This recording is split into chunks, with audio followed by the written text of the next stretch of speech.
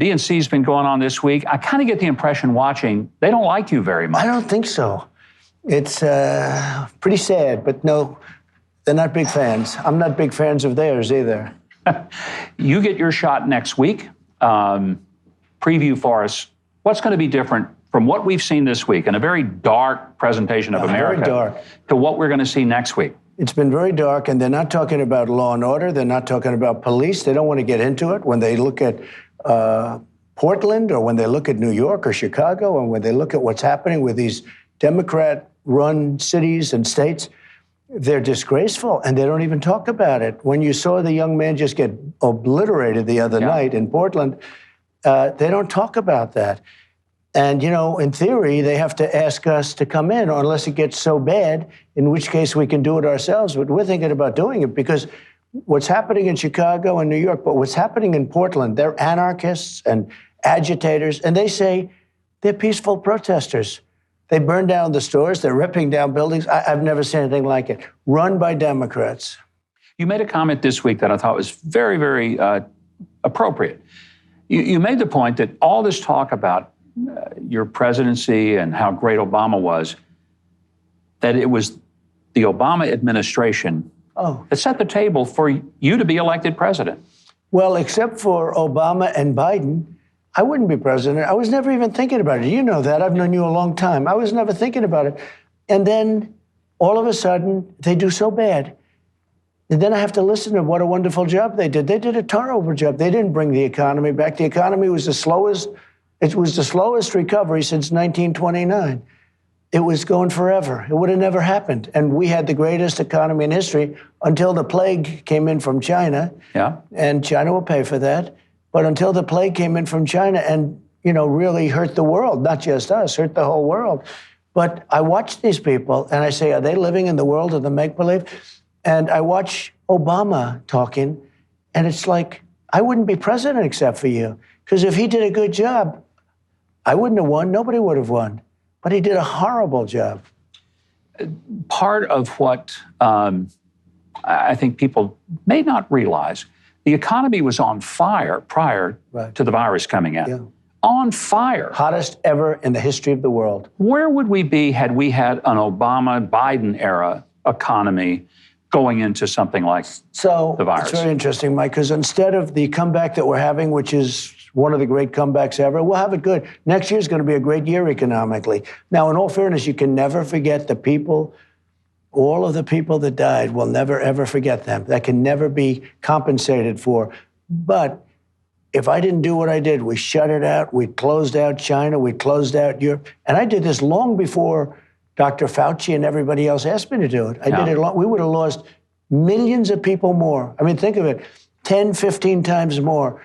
We've done it all right, but it's a vicious disease. It's a vicious problem that came in. So we took over a basically limping along economy and made it the hottest economy in the world. At the same time, we took massive amounts, hundreds of billions of dollars from China in tariffs. They went to the worst year they've had in 67 years, as you know. They had a horrible, horrible economy because of me. And I don't want them to have a horrible economy, but you know what? They've been ripping us off for 25 years. And they never had a better time than during the Obama-Biden years. I mean, Biden walks in and he gets his son $1.5 billion that he gets management fees on, which is millions of dollars a year. And the guy didn't even have a job. Between that and Ukraine and others, we're now finding out. So, I mean, it's a disgrace. It's a disgrace. When we're talking about the virus, early on, there were people saying, well, the president's got to take control. You said the 10th Amendment means that there's certain things you can do, but you need to let local governors, mayors make decisions. They made decisions. Now it's like they are telling you that you shouldn't have done that. But I don't know that you had a constitutional option. Well, you believe in federalists, you believe in whatever you believe, but we have 50 states, and I let the 50 governors run their states. They weren't equipped. Most of them weren't equipped. They had empty cupboards because nobody ever, I don't even blame them necessarily, because nobody thought a thing like this could happen. It almost seemed like ancient times. It would happen in ancient times. Who thought something like this could happen? 1917 was the big one, and that was close to 100, they think close to 100 million people, from 50 to 100 at least. And that was terrible. That was the plague. That was the big flu. of 1970. It was so bad it ended the First World War, they say, because all the soldiers were sick. They were so sick they couldn't fight. But now we have something that what we've done is incredible. The job, frankly, putting the ban on, that was something we did that nobody wanted me to do. Putting the ban on people, very heavily infected people coming in from China, long before it would have been fashionable. That was a big move. We've made a lot of good moves. And if you look at what's happening now, the numbers are way down. Joe Biden said you were xenophobic for doing that. It saved lives. He called me racist. Yeah. He called me xenophobic. He called me everything. 2 months later, he was saying he did the right thing. And he actually, in a forum, apologized, okay? But, you know, maybe that was just a weak moment. Maybe he didn't know what he was saying. Could that be possible? But he actually did. He sort of apologized. But look, it's a terrible thing. But as you said, we created the hottest economy, not just of our country, best ever, best stock market, best employment numbers, best. We had 160 million people working. We were never even close to that. We just about hit 160 million people working. Never happened before, never even close. We're the greatest economy we've ever had. African American, Asian American, Hispanic American, everybody was working. Women, people without a high school degree, with a high school degree, great scholars, everybody was working. And you know what? The country was coming together because people ask, you know, how do you get the country together? Success. The country was coming together. And then we got hit by this plague from China. And now what we're doing, we did the right thing. We had to close it up. And now we're rebuilding it. And we're beyond a V. You know, they were saying, oh, you'll never get a V. Well, we're at a super V if you look at the numbers. The stock market this past week hit highest ever. Yeah. Coming out of this, that's pretty stunning. I don't think people saw that coming. No, and frankly, if you would have told me that, I would have said maybe next year. Yeah. But that just shows you the optimism that very smart people have. And don't forget, stock market is a lot of people. That's 401ks, that's people that have stock. This, you know, these are massive companies, but they're owned by sort of everybody. And the stock market's doing great. The farmers are doing great because they got them $28 billion from China because China targeted the farmers. And I said to my people, what did it, you know, how bad was it? About $28 billion. I tariffed China and I gave them $28 billion right from China. And now China's buying more than they've ever bought from the American farmer. But I feel differently about China, so differently. I mean, normally I'd be jumping up and down with that news. You know, they gave the largest corn order in history last week. And that's good, but you know what? It can never compensate for what we went through with this whole thing. It's a terrible thing that happened, Mike. You mentioned that the stock market affects retirees, teachers, firemen, people who, you know, are depending on those 401ks. A lot of our viewers tend to skew in that older group. I'm curious because I joined the ranks of Medicare this coming Monday. Remind me that you're going to take care of Medicare and Social Security and all those and pre-existing conditions like nobody ever did. And but you get accused of not doing that. Oh, I know, it's terrible. Pre-existing conditions. I'm the king of taking care of people with pre-existing conditions. If you look at the mandate, the individual mandate, that was the worst part of Obamacare. I got rid of it. That really means you got rid of Obamacare. You know, in the truest sense, we did terminate Obamacare because we got rid of the individual mandate, which is a terrible thing for people. It was so unfair to people. So we got rid of the worst part of Obamacare. And without it, you don't have Obamacare. But we've run the carcass of Obamacare very well. And that the people are doing better than they would have done. You know, I had a choice to make. Do I run it badly and blame Obama, or do I run it as well as it can be run? It's no good, but do I run it as well as it can? And we've done that. They've done a great job, and they've made it as good as it can be. One of the big things that has happened recently is the breakthrough in the Middle East with the UAE and Israel. Right. Our viewers care deeply about Israel. It's a big issue for all of us. I don't think people even saw that coming, but it was a big, big breakthrough.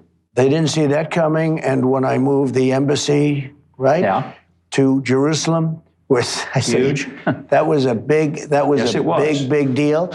And then Golan Heights, throw that on, and then terminating the Iran deal to, you know, a friend of mine, I said, which is the biggest, Golan Heights or moving the embassy, creating the capital, Jerusalem, or what do you think? He said, neither. I said, what do you mean neither? He said, the biggest thing you did for Israel is breaking the Iran nuclear deal.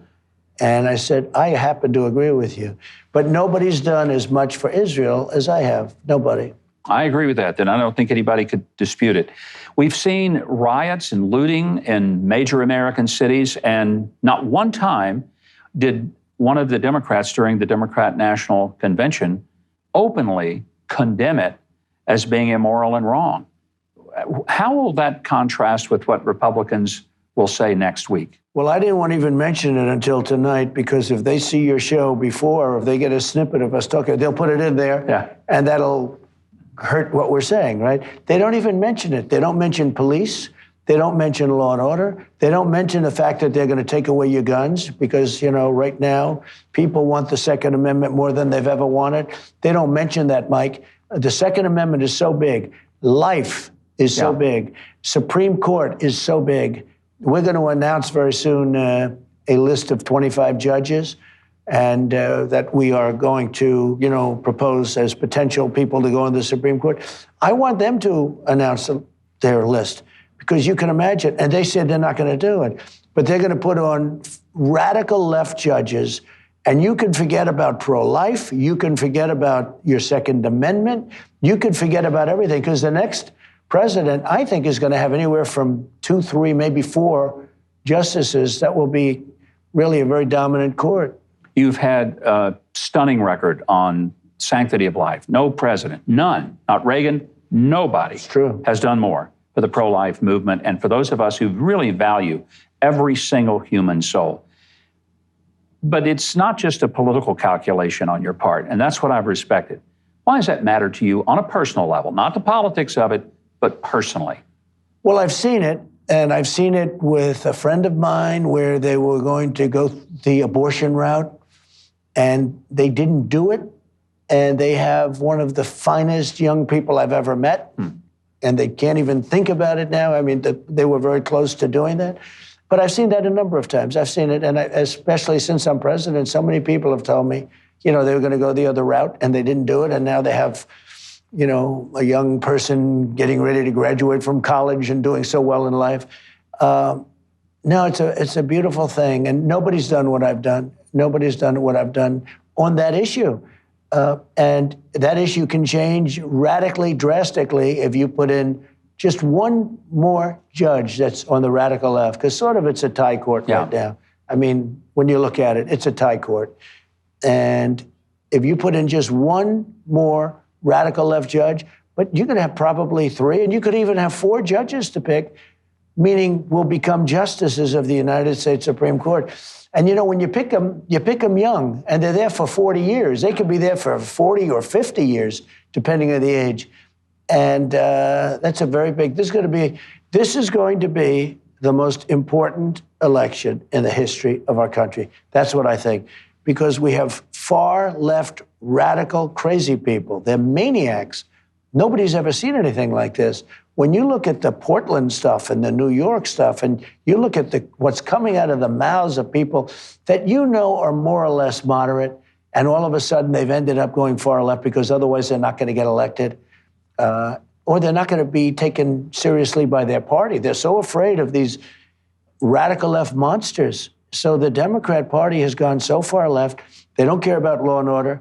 They don't, life is just the opposite, okay? I mean, it's the exact opposite. And they're going to obliterate your Second Amendment. They're going to get rid of it. And, I look at things, taxes would go up, border security would go down. The clarity and difference between the issues are stunning.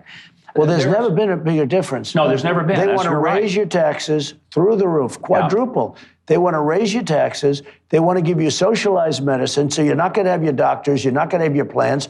And, Obama said 28 times you could keep your doctor, you could keep your plan. It was a lie. The guy lied, just like he spied on my campaign. He lied horribly. And then you watch him last night, so sanctimonious.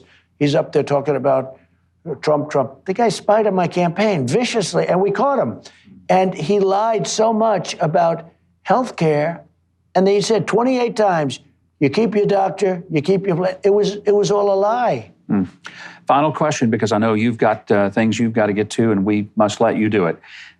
You've outlined a very clear difference between you and the vice president, former vice president. But there's still people who say, but President Trump tweets things that offend me, or he says things in an abrasive way. Yeah. Reassure them that that's not the issue that they're going to vote on in November. So I think I can be very diplomatic as anybody. You know, we're all smart people and all. But sometimes I feel I'm in this fight alone, or I'm in this fight with a few Republicans. And I always say the Republicans have to get tougher. So I have to speak quickly and strongly in order to win, because we have to win. You look at pro-life, you look at what I've done on the Second Amendment, they haven't gotten anything on this. I'm telling you, a normal person, just a regular person, you wouldn't have a Second Amendment now. It would be gone or it would be meaningless, one or the other. As far as Twitter is concerned, it's really, I call it social media. If I didn't have that, you probably wouldn't be interviewing me right now, unless you did maybe as a businessman or something. I wouldn't be here right now being interviewed. It's a way of, the press is so corrupt, it's so fake, the news. People have no idea, now they're learning, but it is such a fake news. When you look at it, you look at the networks, you look at CNN, MSDNC, you look at the New York Times, Washington Post, it's so fake that if I wasn't able to put out my thoughts in social media, through Twitter or whatever, but put out my thoughts, honestly, I wouldn't be here, Mike. I wouldn't be here, probably wouldn't be talking to you. Well, I'm glad you are. So I'm glad. Thanks for having us. For that reason alone. Appreciate your hosting us and giving us an opportunity to visit with you. That's a great honor. Thank you. You're doing a great job, too. Thank you very much. Thank you.